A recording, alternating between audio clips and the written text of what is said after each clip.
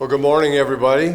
My name's Ted Gardner, and I'm an interviewer with the Library of Congress Oral History Project. And we're here at the Public Library of Cincinnati, which so capably handles this wonderful project of interviewing veterans. And we have the honor and the privilege of talking to and getting acquainted with Stanley Berman. And Stanley, it's just wonderful to have you here. Dennis Daly is our videographer. He's with the history department of our public library, which is one of the best in the country. And it's an honor and a pleasure to have the chance to talk with you. Where were you born, Stan? I was born in Columbus, Ohio. Okay. And did you have a family, born into a family of? Yes. My folks lived in Columbus. My dad worked there. And when I was, I'm told this, I don't remember, when I was about 2 years old, we moved to Cleveland, Ohio, where he got a job with a good-sized commercial printing company. And then when I was 4 years old, we moved to Cincinnati when he became partners in a small printing company by the name of Craftsman Printing Company. Mm-hmm. They were located at 8th and Sycamore in a loft building. And you were just a little kid. Right. But all my schooling was here in Cincinnati. The kindergarten at Avondale School. Oh, yeah. Through the 6th grade. Then Walnut Hills from the 7th to the 12th. I graduated in '38, and I went to the University of Cincinnati and took the course of business administration. I stayed there for 1 year. I didn't like it. I was tired of studying. I didn't feel I was learning anything. I thought I was wasting my father's money, so I dropped out. I went to work with his small printing company for about a year, and I wasn't very successful because, to be honest, I really didn't devote myself as much as I should have. In 1941, summer of 41, or early 41, a good friend of mine got me interested in possibly joining the Air Force. Mm-hmm. And I was just kicking around and not doing anything that was very significant. So I thought, well, that sounds pretty glamorous. I can picture myself in a convertible with a pretty blonde next to me. Sounds exciting. In a sharp uniform. Right.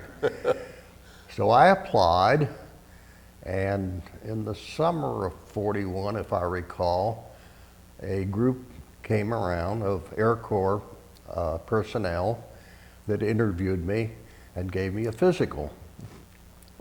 Much to my dismay, I flunked the physical. I couldn't believe it. I asked why. Aren't I healthy? Yes. But, Mr. Berman, you did not pass the depth perception test. That's right, the lining up of the stick. Well, I was very chagrined, and I pled with them. You know, I've been out in the sun a lot. Can I come back? They were going to be in town 2 days. Can I come back tomorrow and try again? And they let me do that. Mm-hmm. And somehow I passed the second day. I don't know how, but I did. Determination on your part. Maybe. In any event, well, that became my Achilles heel, that depth perception. I'll get into that. Well, wait a minute. Let's. This is going to be a fascinating story, but let's go back a little bit. All right. Tell us about, Walnut Hills High School, for example, one of the finest schools, public schools in the country. And in those days, Walnut Hills was really prestigious. And you must have had some hobbies, some interests in high school that you liked and participated in? Oh, when I was in high school? Yeah. Yeah, I joined the Spanish club. I played baseball on the team. Good. I played shortstop. Oh, yeah. Not as well as Davy Concepcion, but I did play. And I participated in a number of extracurricular activities. Well, you know, things like that are they really are character forming. It sounds cliched, but it's true. And things like that strengthen you in your life as you went along. I recall being co-sports editor on the Chatterbox, the paper that came out every week at Walterboro. And the editor at that time was Carl Rubin, who eventually became the judge. Absolutely. And incidentally, as an aside, we have a very unusual class of 38, two federal judges, Rubin and Spiegel. Spiegel, Arthur Both Spiegel, were sure. in my class. How I about saw him that? the other day. Yeah, I did too. Yeah. Well, shall I go on? Yeah, well now, okay, so you graduated with a class of 38, and was that a large class? How many, do you remember how many? A couple of hundred in your class? 300, I guess, 300 to 400, something like that. And of course, in those days, reflect on that. You probably, as we all know, we only had radio. We listened to the radio and read the newspapers.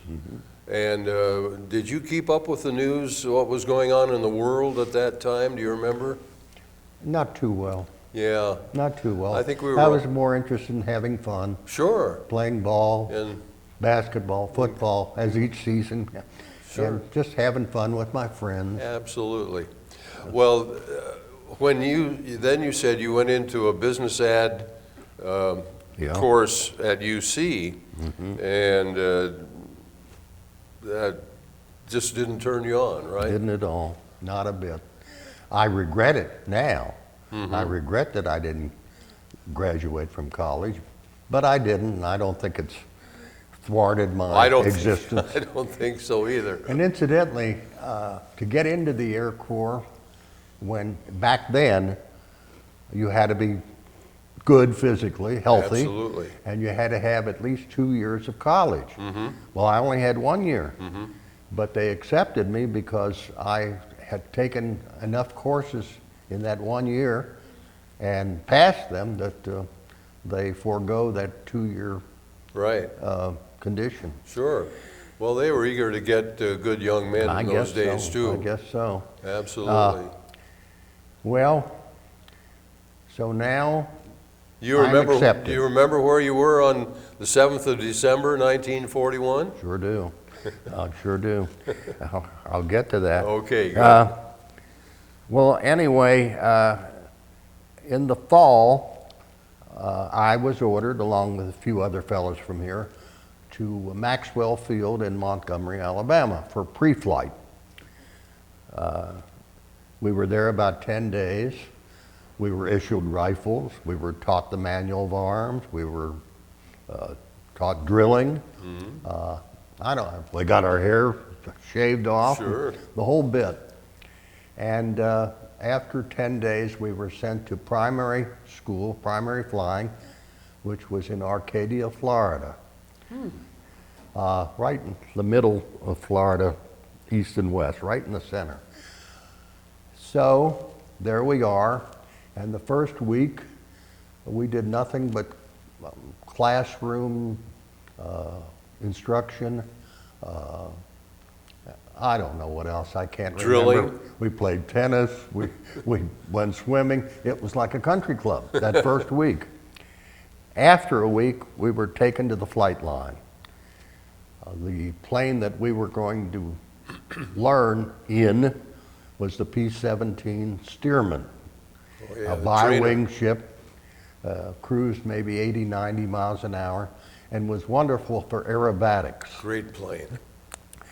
Well, I got in the plane. The instructors sat in the front, and up we went, and it's the first time I'd ever been in an airplane. And we got up there, and I remember saying, what the hell have I gotten into? I don't like this at all. I didn't. I don't remember getting sick or anything, but anyway, I didn't. I remember one incident, the first time we went up, we had Gosports, and he said, now check your seatbelt because I'm going to put the plane into a spin. and I looked down and my seatbelt was wide open. Oh my gosh. And I took that stick and I shook it with dual control, and he looked around, he must have thought the plane was on fire, and I, wait. That happened. Well, anyway, we flew about 8 hours, and we landed in, I don't mean 8 hours that day, I mean over a period of a week or so. We landed in an auxiliary field, taxied over to the end of the field, and I saw him unhooking his belt and getting out. And I thought that old expression, uh-oh, this is it. I'm gonna solo. So he said, I don't remember what, cadet, I think that they called us a lot of things. Some of them not capable, not worthwhile putting on here. He said, take the plane up, fly a rectangular pattern around the field 3 times, land, keep it rolling, and take off. So I did it the first time, and the second time, there was a low fence at the end of the field, and I thought I was going to go into it, and I gunned it, and the next thing I knew, I was on the ground, and the plane ground looped. Oh, sure. Well, he didn't like that a bit. The next time I went up, I was pulling back on the stick, and we were still 50 feet off the ground. And he got so angry with me. They used to curse at us, they really did. And this was an unusual school because it was civilian instructors. It wasn't Army officers doing the teaching. Well, anyway, I got through that, and now I'm going to take my first solo flight off our main field. So I'm flying around, and we go to land, and when we got back to the field, the wind had changed, and the tee was at the opposite end of the field, so I had to go all the way around, and I'm landing, and there was a Florida squall. It was raining. Not hard, but raining. Land. Next thing I know, I ground looped. Why? I don't know. I think it had something to do with the depth perception, to be honest with you. Well, anyway, they checked me out with an Army officer. And he said, no, you're okay. So they changed my instructor, and I got through the rest of primary, which is a 60-hour course. Yes. And I'd say 35 hours of it was solo flying.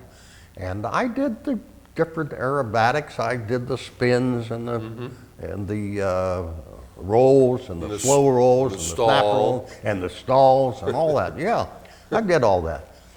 But interestingly enough, when we'd get back to the dorm barracks at night, and we'd all talk about what we did that day, and this one fellow said, I took that plane up to 10,000 feet and I spun that, I'll bet 20 times before I took it out, got out of it.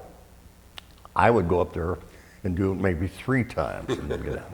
But I could do it. Okay, now we go to basic flying, which was in Augusta, Georgia. Am I going on too long? No, this is wonderful. Okay.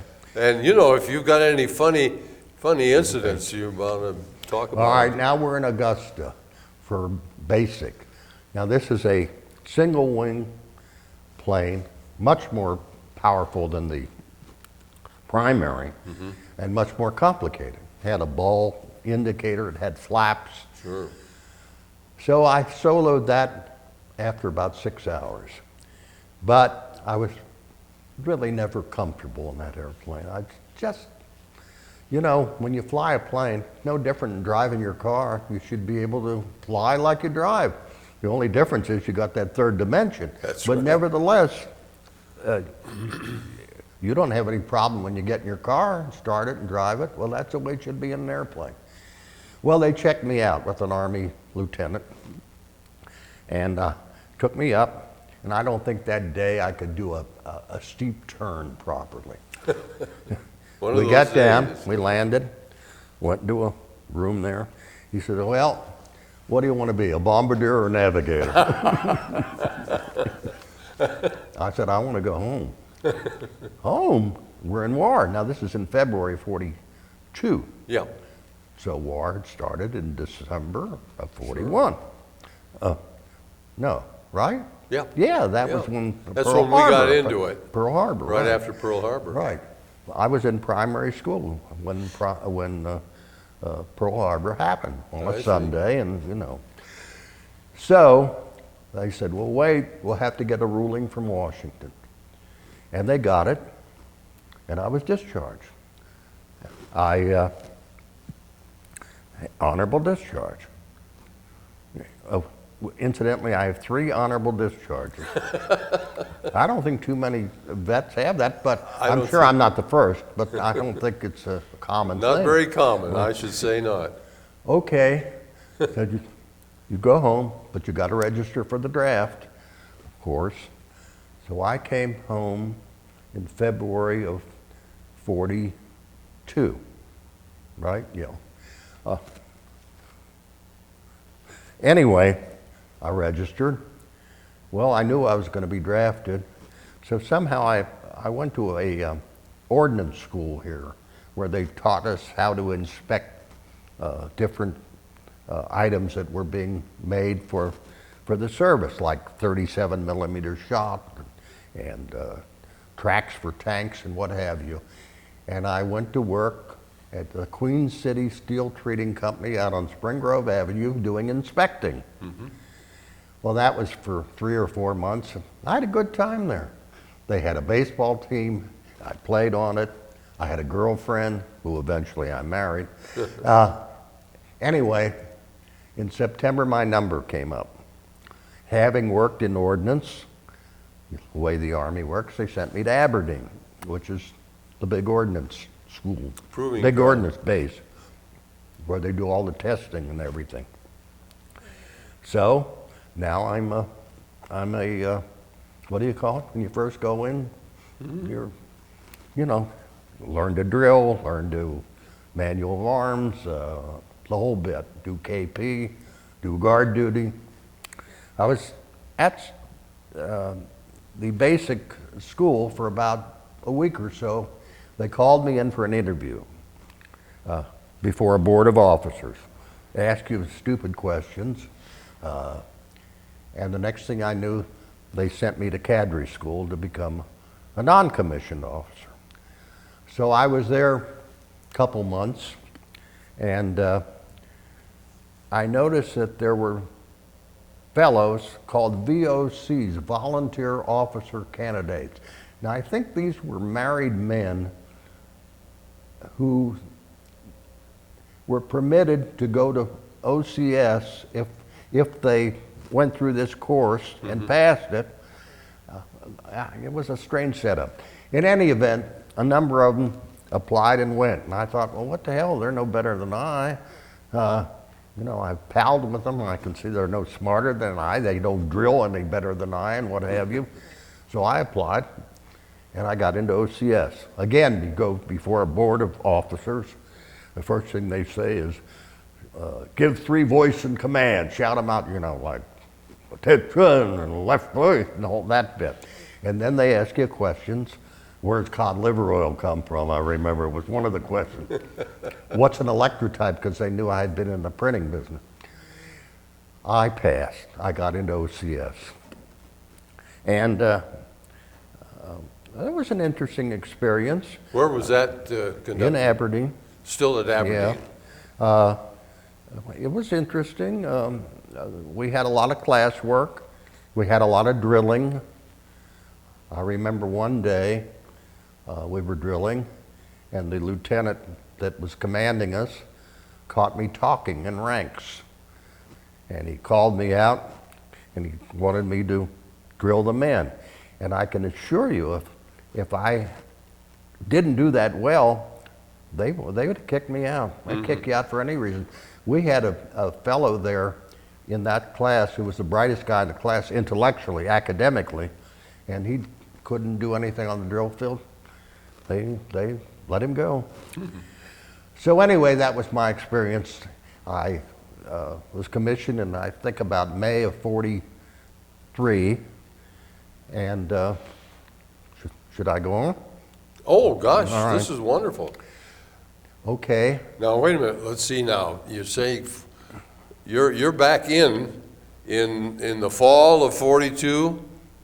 Mm-hmm. So now we're back. You've Early gone through this 43. course, and we're in the spring of 43. Right. I came home, I had a delay en route, went in place, got off the plane. I was engaged at the time. My gal said, "We're getting married tomorrow." I didn't know that. Anyway, we did. Welcome home. Yeah. Well, it was fine. So now I go to Tampa, Florida, to MacDill Field for a short period of time. My wife's name was Eileen. I brought her down and spent some time there. Then we were sent to Walterboro, South Carolina for 2 or 3 months, and then out to the Mojave Desert in a town called Rice, which is no longer there.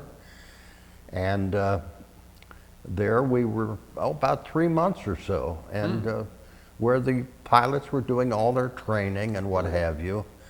And I think the most dangerous thing that I did when I was in the service is I was with a fighter group, by the way. They were flying P-51s, a Mustang. Oh, yeah. They were training. Some of their training was dropping bombs. A lot of the bombs didn't explode. And my group had to go to that field, find those bombs, and blow them up, which was dangerous. Sure. So I think that that's probably the most dangerous thing that I did in the service. I had to do it over in England too. I'll get to that. Anyway, you had to take TNTs and tape them to the bombs and light a fuse and run and hide and let them blow up. Yeah, maybe I should. I've never made a talk I've made talks, but not this long. Well, this is very interesting How stuff. we doing? We're doing great. You're All doing right. great. It's a great story. Okay, now we're ordered troop train across the country to the port of embarkation, and we're going to join the 8th Air Force in England. We land in Liverpool. We take a train across the country to a town near Cambridge, a town called Thetford. I'm there about a month or two, and they're going to transfer me to another group. So I was telling this gentleman that on D-Day, I was at 8th Air Force headquarters outside of London, and they were filling out my papers for the transfer. So that's where I was on D-Day. Wow. Now, do you remember who was in charge of the 8th Air Force then? Was that Doolittle? Had he taken over then? Mm-mm. Maybe it was Toohey Spatz or somebody like I that. think it was Spatz. I think so, yeah. Under Hap Arnold, of course. Oh, yeah, Arnold was Spatz was the deputy. he was the commanding officer of the 8th Air Force Yeah, right. in England. You know, speaking about this, and we find in our interviews fellows such as you who spent some time in England. Yeah. What was your impressions of England, and how did you like it? I loved it. Yeah. I loved it. Oh, I'll qualify that. All I want to do is get home to my wife. Sure, of course. We wrote letters back and forth, and if you didn't get a letter, it was a very, very frustrating, disappointing day. Right. I loved England, though. Just loved the way it laid out. Beautiful country. Didn't like the weather. People were nice too, weren't they? Very nice, very friendly. Weather was horrible. Terrible. Not much sun. And all in all, it was nice. I was at a place called East Wretham, that's on the Wash, and our Liberty Run town, the one we could go into at night, was Norwich. Oh, And it was a nice city. right. They had an officers' Red Cross there, and we could go there and eat and sleep and what have you. Sure. So all in all, it was nice. I'd get to London. I remember going to London once, and I wanted to get a new battle jacket. Mm-hmm. You remember that? Well, you weren't in the. I wasn't in the Air Force, but So we wore the regular officer's uniform that came down to here, the jacket, but they came out with this battle jacket. Right. Stopped at the waist, so I Eisen- wanted to get one. didn't they call it? Didn't they call it an Eisenhower jacket? Maybe, I think so. maybe. Yeah, Yeah. So I wanted to go to a tailor down there, and I remember walking to the tailor shop, and all of a sudden, the sirens come off, meaning there's Air we're raid. gonna have there's gonna be an air raid. Yeah, well, I just kept walking. You know, if it's gonna, I wanted my battle jacket. I really would have needed it. But that happened. Another time when we were on leave in London at a hotel, during the middle of the night, heard a tremendous crash, and the next day we found out that one of those V2 bombs had hit a hotel, or hit an area about a block away. Wow. The V1 was the thing that flew and then dropped. The V2 were the missiles, that the only way you could stop them is get them at the source. Sure. So what else happened in England? As I say, I was with a P-51 fighter group, and these guys would fly every day. They would accompany the B-17s. They were their escorts, and they also flew a number of sorties where they themselves did strafing and bomb dropping and what have you. So when I was over there, which was April 44, no, it was another year before it ended, that's right. So we were there and participated in all that stuff. Did you? I was an armament officer. Right. I was in charge of all the ammunition, the 50 caliber, the 100-pound bombs, the 500-pound bombs, the semi-armor piercing bombs, the fragmentation bomb. Oh. It was all in my area. It was our job to protect it and deliver it to the flight lines where Gotcha. armament officers loaded the planes. Sure. So that's what we did. Well, that's fascinating, and you know, your close association with the Flyers and the P-51. What a great plane! What a great plane that was. Yeah. Which reminds me and triggers my memory here. When you were in Avondale School, were you there when Herb Heilbrunn was there in school? Yeah, he flew B-17. Yeah, I knew Herbie. Right, great guy. He's still living, isn't he? Oh yeah. I haven't seen him in years. He's doing very well. As a matter of fact, we've given him big honors out at our Warbird Museum out at You Batavia. Yeah. Well, anyway, now this thing. How about you were there for the preparation for the D-Day invasion, weren't you? Oh yeah. No. That's the day I was being transferred. Oh, that was when you were transferred. But the group that I was transferred to, of course, they flew that day. Sure. Because everybody flew that day. Oh boy, they had everything. Everybody, including your whole Navy. Sure, I know it. Everybody. 1,000 ships out there. Oh and boy, Yeah. that's something. One time, the war was still on, but there was not many enemy coming over because they were pretty beat up. Yes. They had knocked their Air Force out and had nothing. But one day there was a plane that came over and dropped a bomb. Why, I don't know.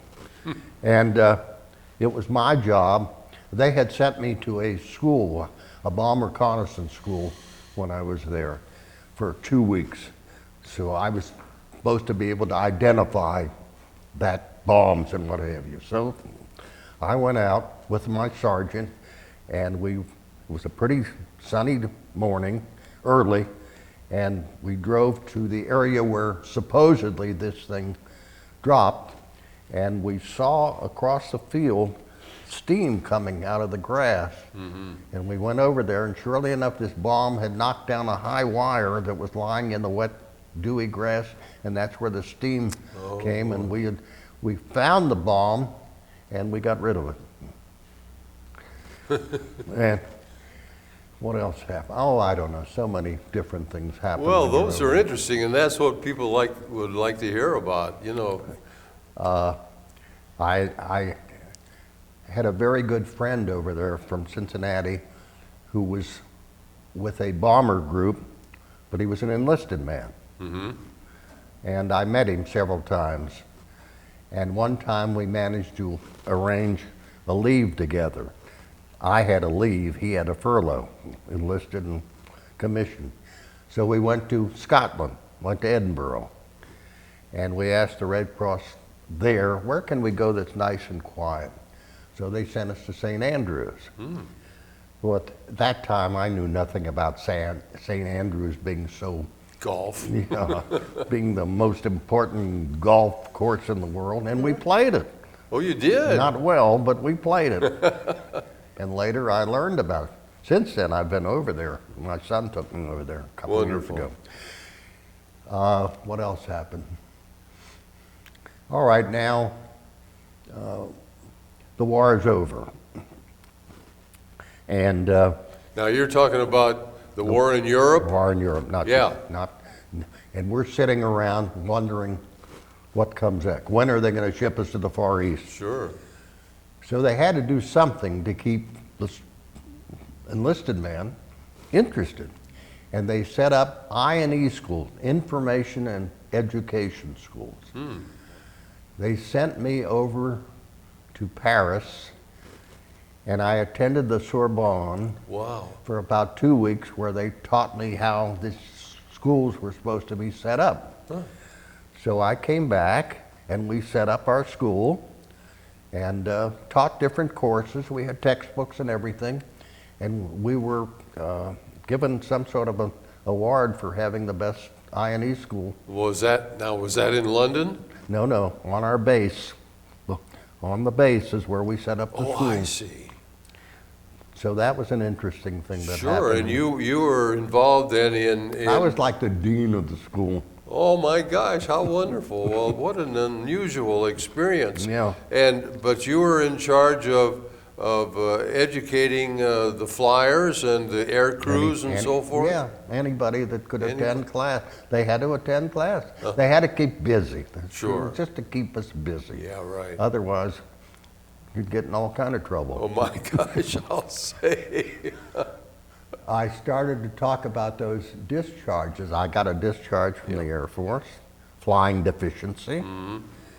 I got a discharge from the cadre school, where I was a corporal, and eventually a discharge from the Air Force as a captain. How about that? I got all three of them here. Oh, you got your two more. I was going through my papers the other day. Do you save your papers at all? I've got a few. Yeah. So that was the school. Now, the next thing that happened to me that was interesting, the war's over in Europe. Okay. They sent me over to France to check the armament of the 9th Air Force. 9th Air Force was stationed in France. Okay. So I went over to Paris. First time I'd seen Paris, I loved it. Happened to run into, one evening, this is interesting, ran into Mickey Rooney and Bobby Breen, who were with the USO. Sure. Entertaining. So Of we had a course. little tete-a-tete with them. How nice. Boy, was he a show-off. Oh, Mickey. boy. Anyway, now I go to a field called Furstenfeldbruck, and I see this fellow sticking his head out of a kiosk. He was the paymaster, and it turned out to be a fraternity brother of mine. My goodness sakes.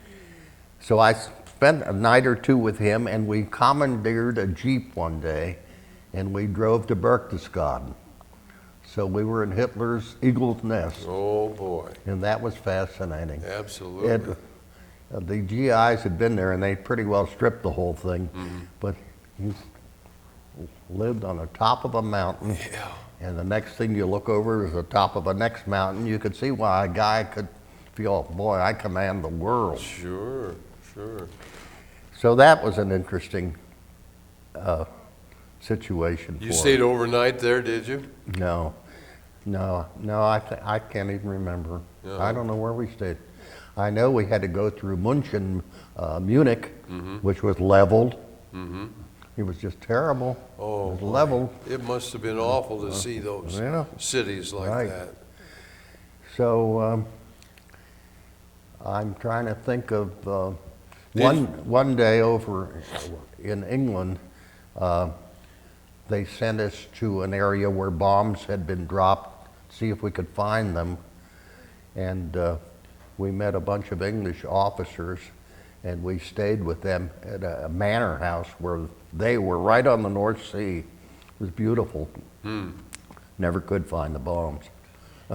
Went out that day.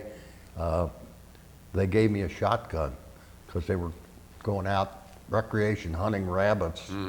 I never hit anything. I didn't hit a thing with the shotgun. Now, when you were first commissioned, you were commissioned as second lieutenant, and then lieutenant, and then captain. Right. Wow. Where am I? I'm finished. Well, no, I don't think you are. I think you got some great stories. What about Paris? Now, you say you were at the Sorbonne there for a couple of weeks. Yeah, that was interesting. Did you have a smattering of knowledge of French No. language? Not at all. Not at all. Not at all. But you had American Yeah. instructors. Took Spanish in high school, but no Yeah, French. right. We all did, I think. Well, what happened? Well, after the war in Europe was over, I was sent to different stations to do different jobs. Around Personnel England. officer one place, and one time we had to convoy a bunch of material down to Coventry, I remember, and things like that. You saw Coventry after the destruction of everything. Yeah, and sitting around waiting for the papers that would order us to come home. Get your points. Yeah, I finally had enough points, right. So the order came, we went to Southampton, we boarded they weren't called victory ships, but something like yes. that, I can't remember what. Yeah. We came home in January. In January, the Atlantic is awfully rough, and I was sick practically the whole time. One day, you couldn't go to they had where you went up the steps, they had a chain there. You couldn't go onto the deck. And I went up one day very gingerly to look at the ocean, and I'm up there looking for the ocean. The ocean's up here, and we're down boy. here. Oh. You know what I mean. Down, yeah. Oh, yeah, the rudder would come out of the Oh, yeah. water and vibrate the whole ship. Well, the North Atlantic everybody says the same thing. I never got there, but the North Atlantic must have been just terrible, terrible sea. Certainly in the winter. Yeah.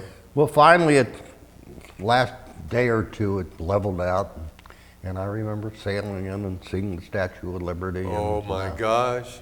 Now we're home. What a sight. Now, What this is in January of 46. 46, okay. So, And your wife was there waiting for you? no, not in New York. No, no. Took a couple days.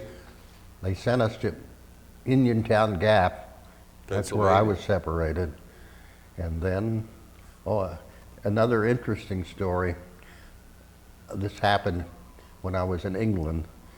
We were in London, and we were coming back to our base, and we were on the English train, which are compartmentalized. 3 or 4 of my buddies were with me, and across the aisle was a distinguished-looking gentleman and a lady, and he was working on music, and he started talking with us, and he asked each of us where we're from. I said, Cincinnati, Ohio. Oh, then you must know my good friend Eugene Goosens. Oh, for gosh sakes. And he introduced himself. He was Sir Thomas Beecham. My word. What a What an impressive guy he was. Right. I said, no, I don't know Mr. Goosens. I've heard of him, but I don't know him. Well, when you get back to Cincinnati, you give him my regards. Oh my gosh, isn't that nice? Now, Uniontown Gap, separated. Go to Harrisburg, get on a train, coming home. Now I can't wait to put my arms around my wife. Who walks down the aisle but Eugene Goosens? For heaven's sake. So naturally I got up and told him this. Yeah. Well, he got such a kick out of it. I'll bet he did. Captain, are you married? Yes. Well, I want you and your wife to come to the symphony Saturday and you'll sit in my box. Oh, at Music Hall. Mm-hmm. How about that? True story. I don't think I've been back to the symphony since. Well, now that is really interesting, you know. And, you know, Stanley, that's the type of thing that so many people don't know about. Now, you might say, oh, it was just a little incident or something, but people at the symphony would love to have that story, and you ought to write it up and I kid you not, because I've been associated with the symphony as a volunteer for years, and I am a historian, and it's things like that that appeal to people. And you should Yeah, do, well, that's probably the most interesting thing that happened well, to you me. should do that, and I hope you will. Well, now you got back to Cincinnati, came into Union Station here. No, got off at Winton Place. Oh, you got Got off at Winton Place. you got short stopped, huh? Mm-hmm. And there she was waiting There for me. she was. But that's a whole new story. Well, We're not here for that story. Well, that's, you know, life goes on now. We need to know. And I've been wanting to ask you, were you related or connected with the Berman printing outfit over here in the West End? That's ours. That's you. My father, I don't know, should we go on with? Absolutely, absolutely. My father had a very small printing business Yeah. on 8th Street between Main and Sycamore in the Okay. Burning Building. Yeah. And I joined him in '46. When I got home, we were given a terminal leave. So my wife and I, of course, went to Miami, spent a month there, or 2 weeks or 3 weeks. When I came back, I went to work with my dad. Tiny, 3 people, including himself. Yeah. I started off looking for business. That was my job, to find business. Right. Well, it was very frustrating in the beginning, but finally I got a little lucky and got a few nice accounts, and the business started to grow, and we moved from 8th Street and bought the Gibson Wine Building up on McMicken. Okay. And we moved there, and we stayed there for a while, and the business continued to grow, and my son, who graduated from Miami, went to work for the FDIC out in San Francisco, and then he wrote me and said, is there any possibility that I can come back into the business? At first he didn't want it. I said, of course you can come back. Well, he did in 1970. And to make a long story short, we bought a building, built a building on Western Avenue, and then moved to this other building on Western Avenue. And he did a very good job. And I would say when I joined my dad's business in '46, I think there were 200 or 300 printers in the city at that time. Mm-hmm. And our size would have put us at the bottom 2%. Mm-hmm. Now, we're the biggest printing company in the city. I know. Biggest privately owned printing. Right. Right. Hennigan sold out, Nielsen sold out. Mm-hmm. And my son built it up that big. Mm-hmm. He was much more aggressive than I. When I would buy a piece of equipment for $25,000, I would shake. He buys one for $2 million. But incidentally, he just sold the business, so, Oh, did he really? you know. Yeah. So, there So it it's is. out of the family now, huh? They've retained the name, and I still have an office. Yeah, well, I I drive just came past. from there. I drive past there Oh, every yeah. once in a while. What? Sure. You live out there? No, I just you know, I'm around town all the time, and Oh, you got a beautiful printing company. oh, it is. It's a beautiful place. Well, I think I met him several years ago. I was peddling some art pictures and so forth, and I stopped in there. But you know, you say things stopped, but they didn't. Now, your life here in Cincinnati, you said it's a long story and so forth and so on, but that's the kind of thing that it's important for you to get across in this DVD so that your family will have this record, you see. Even the black parts, huh? Absolutely, the warts and the cracks and crevices and everything. Well, I had 3 sons. Andy, my oldest, ran the business, and Cliff, my middle one's lives in Hastings-on-Hudson in New York and works in Manhattan as a public relations company. And my youngest is here, who's just sort of foundering around, and that was it. My beautiful wife, who I couldn't wait to get home to, she and I were divorced 19 years later, and I remarried, and my present wife and I, a second marriage, have been married 44 years. Congratulations, that's wonderful. And you're happy in the Regency over here in Hyde Park, huh? Yeah, it's fine. Yeah, yeah. Fine. Well, you know, through your business, we've got some time, and you, as a citizen of Cincinnati and a contributing factor to the economy here and everything, you met a lot of people. Tell us about some of the people, for example, in politics that you met here in Cincinnati. You remember the mayor that used to have the old restaurant downtown? Oh, yeah. Yeah, we were right across the street from Arnold's. Right. But I never met him. Well, of course, he didn't own it back then. No. Arnold owned it. You ever been in there? Oh, gosh, yes. Great place. Go upstairs where they have a room with a bathtub? Yes, exactly. Yeah. But there was a mayor, and I've just lost his name. You'll know him. The mayor owned this restaurant, not Arnold's, but a restaurant that wound up on 6th Street. And Backrack?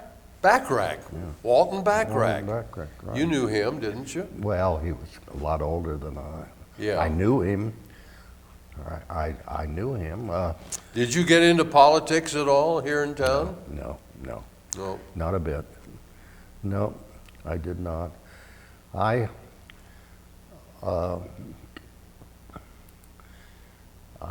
was a member of the Jewish Community Center, and each year we would have a joint brotherhood meeting, and I emceed a number of them, and I guess the one that I remember most is when we got the governor to come down to talk to us. Well, which governor was it? The Republican governor. Rhodes?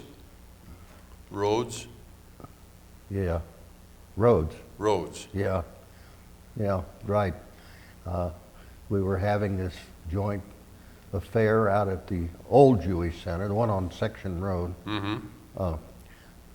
Section Road, and Summit Road. And he was late.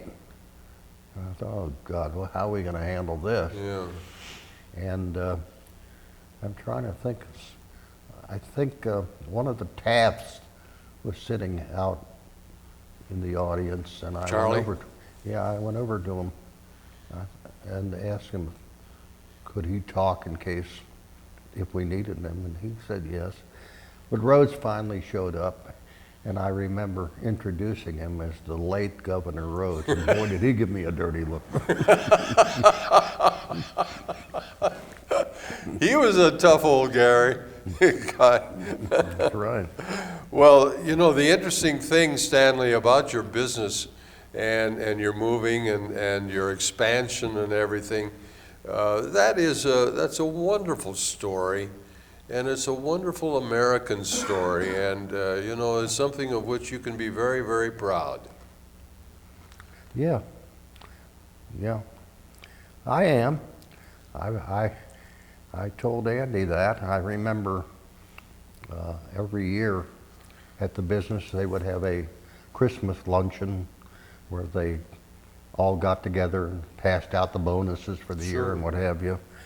And I was telling Andy one of these Christmases that my father used to tell people how proud he was of me and what I accomplished in the business. And that always made me very uncomfortable because I'm not good at receiving compliments, maybe because I don't get very many. And I told Andy this, and I said, I have to pass on to you, Andy, the same thing your grandfather told me. I'm extremely proud of you. Absolutely. Oh no, he did a remarkable job. He really did. That's going back a little bit and thinking about your service period and the people that you met and befriended. Did you belong to an outfit that has reunions or anything like that? No. Yeah. No. The only reunions that I've attended was Walnut Hills High School. We used to have them every 5 years. We don't any longer. We're all done? No, we got 5 minutes. Oh. Got a lot of time here. You've got a lot of stories that you haven't told us yet. I do. But you know, that's an interesting thing that you bring up about Walnut Hills, because I'm not a Cincinnatian native and I didn't go to school here. So I've always been impressed with Walnut Hills High School, having known a lot of people who went through it, but also about the loyalty of Walnut Hills grads. How much they've contributed. Oh my gosh. And the famous people that, along with the Bermans, that came out of Walnut Hills High School, you know? All right, let me finish with one amusing Air Force story. Oh, great. The war in Europe is over. It's holiday time, so there are going to be parties on the base. The enlisted men are going to have their party in the afternoon and the officers in the evening. I got a Jeep, and I got a friend of mine, an officer. Officers were not allowed to drive. So I put my collar up to cover up my insignia, and the officer got to my right, and we drove off the base. We were going to go up to Norwich. I think Norwich. I moved around so much after the war, I don't remember exactly which city it was. But anyway, we drove off the base, and you had to stop at the MP post to give your name. Sure. So we stopped, and the military policeman took the license number off the bumper of the Jeep, and he asked my name. Well, I made up a name and my serial number, and I knew serial numbers. I remember as an enlisted man it started 35 something. So I rattled off an 8-digit serial number, and he wrote it down. And he said, "Say, Sarge, this guy's got the same serial number as mine." Oh my gosh. Well, we shot out of there and laughed all the way. Can you believe that? How about that? And I thought, why can't I win the lottery? I know. Oh, that's a wonderful story. It happened. Yeah, I should say. Oh, that's great. Well, you know, it is. It's just there are things that stick in your mind, and fortunately, most of us had good memories. Yeah. Good memories about the things that happened. Yeah. And I know that you just got many more stories that you could tell, but it's been a privilege to have you here and to get you on record. As you look back over your life and particularly since you've been in Cincinnati all your life, except for your service time, you've seen the city change over the years too, Oh, yeah. haven't you? Yeah. Oh, yeah. Downtown, very disappointing. Yes. Uh, Yeah. But we lived in a lot of places. I started off living in Avondale, and then we moved Bond Hill, and then we moved to, well, then Bond Hill, and that's when I went into the service. And then when I got out of the service, I was married. We couldn't get an apartment at that time. We finally got one in North Avondale, and then we moved to Bond Hill, and then we moved out to Seymour, to Colonial Village, and then we yes. bought a home back in Bond Hill. Then we moved to Amberley, and after Amberley, I moved to the Ingleside, Oh, yeah. and then we moved to the Regency. And there you are. Well, that, you know, you and your family have made such an important contribution to our community. And we thank you for that, and we thank you for your service. And by golly, it's been an honor and a pleasure to meet you, Ted, you get too. acquainted, and I hope our paths cross again. I hope so. And you'll get a DVD of this, and Great. I think you'll enjoy that, and I know your family and friends who see it will enjoy it too. Yeah, I'll enjoy it, I hope. I hope it comes across well, or not too silly and not too... Absolutely. Very, very dignified, very dignified.